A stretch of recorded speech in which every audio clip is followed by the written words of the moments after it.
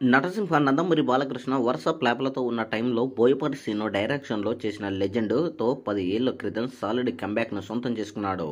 అంతకన్నా ముందు కూడా వరుస ప్లాప్లతో ఉన్న టైంలో సింహం మూవీతో సాలిడ్ కంబ్యాక్ను అందుకోగా, మళ్ళీ 4 ఏళ్ల గ్యాప్కి లెజెండ్తో సాలిడ్ హిట్ను సొంతం చేసుకోగా, ఈ సినిమా రిలీజ్ అయ్యి ఆల్మోస్ట్ ఇప్పటికి 10 ఏళ్ళు కంప్లీట్ అవుతున్న సందర్భంగా ఈ సినిమాను ఈ నెల ఎండ్లో రిలీజ్ చేయడానికి సిద్ధం చేస్తున్నారు.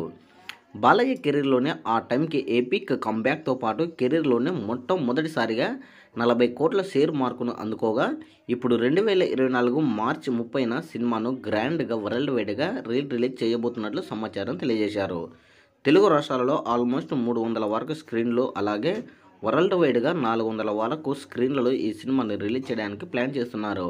Ultimate mass moments and Devi Sri Prasad excellent background స్కోరుతో దుమ్ము లేపిన లెజెండ్ ఎమోషనల్ సీన్స్ కూడా ఒక రేంజ్లో ఉండడంతో రిలీజ్లో మంచి రెస్పాన్స్ను మరోసారి సొంతమయ్యే అవకాశం ఎంతైనా ఉంది అని చెప్పొచ్చు. ఇక ఆడియన్స్ నుండి రెస్పాన్స్ ఎలా ఉంటుందో అనేది చూడాలి.